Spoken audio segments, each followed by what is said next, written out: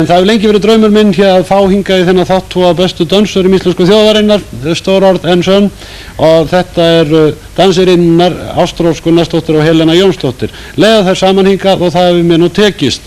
Það alltaf að dansa fyrir okkur jazzdans, þetta sem samin af Ástrósu, og hún nefnir hann Ofsa. En þetta svona jazzdans með spænskum stíl. Ástrós og Helena, gjörið þið svo vel.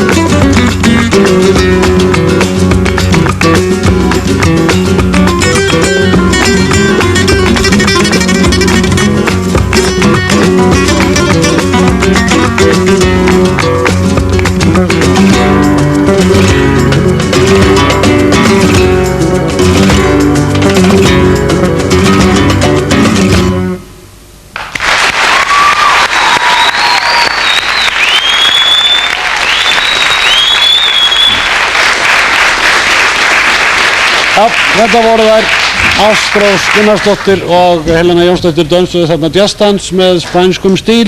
Ofsa nefnduðu þetta.